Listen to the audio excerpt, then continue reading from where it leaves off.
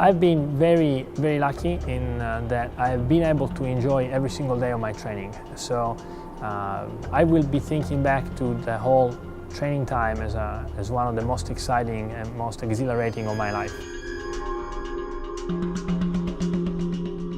I am really living the dream.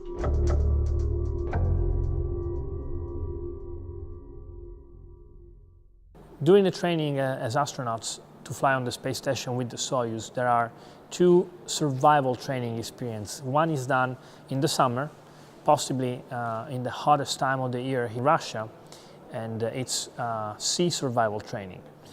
What we're training for is in case of an emergency landing in the Soyuz in the water. The other kind of training is quite the opposite. It's also a replica of an emergency landing, but it's an emergency landing in a winter time in an unknown area. So our survival skills are supposed to help us deal with being in the cold, in the snow, with only the survival equipment, and survive 2 days before being rescued by the ground forces.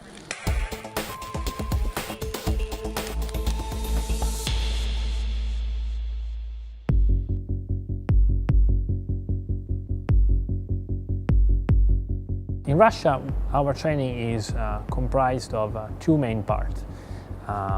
Training on the Soyuz and training on the Russian segment of the space station.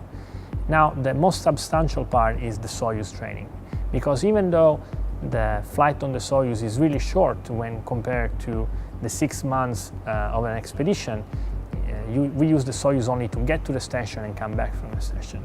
It is very exciting. I am a pilot, so sitting inside the cockpit of a spacecraft and flying a spacecraft is extremely exciting and very, very realistic. The training in the Soyuz is 100% realistic. We use real spacesuits during our simulations, and it's probably one of the most exciting.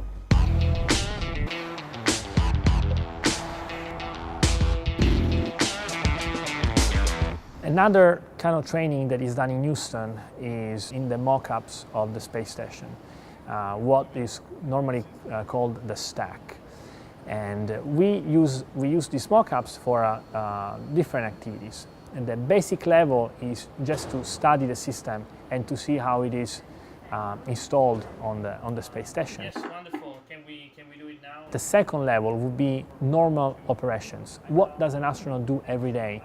Cleaning up or gathering instruments for a certain activity, or performing an experiment, performing a physiology experiment. Where are we?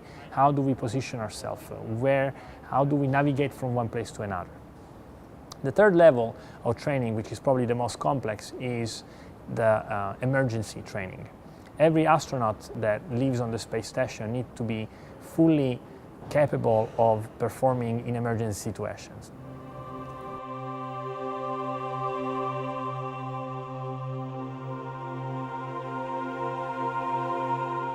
One of the dreams of, I would say, every astronaut is to perform extravehicular activity. And to do that, we have to wear the famous EMU suit, the big white suit that is so commonly seen on space footage. The first time I put it on, I was actually very excited because the spacesuit is actually a small vehicle in itself. It has an engine, it has a life support system, it has tools that are attached to the suit so that we can perform our tasks. So I was very excited as a pilot and as a test pilot. In Houston, we train in the so-called NBL, or Neutral Buoyancy Facility. What it is, it's actually an incredibly large swimming pool, one of the biggest in the world. And underwater, we have a mock-up of the space station on a 1-to-1 scale. And some of the mock-ups are extremely realistic. Now, it's only the outside because the extravehicular activity is done on the outside of the station. So what they do, they put us underwater and they set a neutral buoyancy, which means that the suit stays at whatever level in the water we are at, simulating the lack of gravity. It is probably one of the most exciting training that we do for our flight.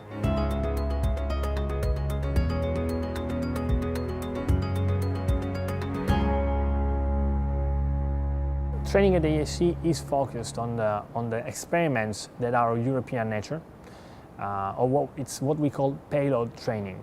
So Columbus, our European laboratory, has a series of so-called RECs, international RECs, that are basically individual labs for different kind of experiments. Of course, we also train on how to operate Columbus itself as an environment, because Columbus has its own systems, just like a mini spaceship that is attached to a big spaceship. And the third kind of training is on the ATV spacecraft. Even though it's fully automated, it still requires supervision from the astronauts.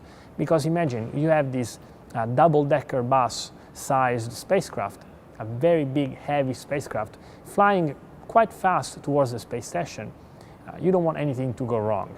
And so we train also on being capable of performing that duty. On the space station, I will be a flight engineer. A flight engineer is the eyes and the ears and the arms of the scientists on the ground.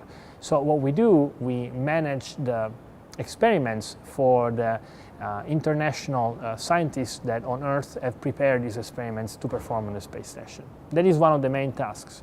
At the same time, we have to do maintenance, because the space station is actually a gigantic spacecraft that flies around the Earth at 28,000 kilometers an hour. It needs constant maintenance, and so that's also one of the main tasks that a flight engineer has to take care of. I probably won't be very original when I say that I am extremely excited about my crewmates, and I was very lucky and very privileged in flying with them. I will start with my commander, Fyodor Yurchikhin. This is his fourth flight, so you can understand that he is extremely experienced and I can only learn from him.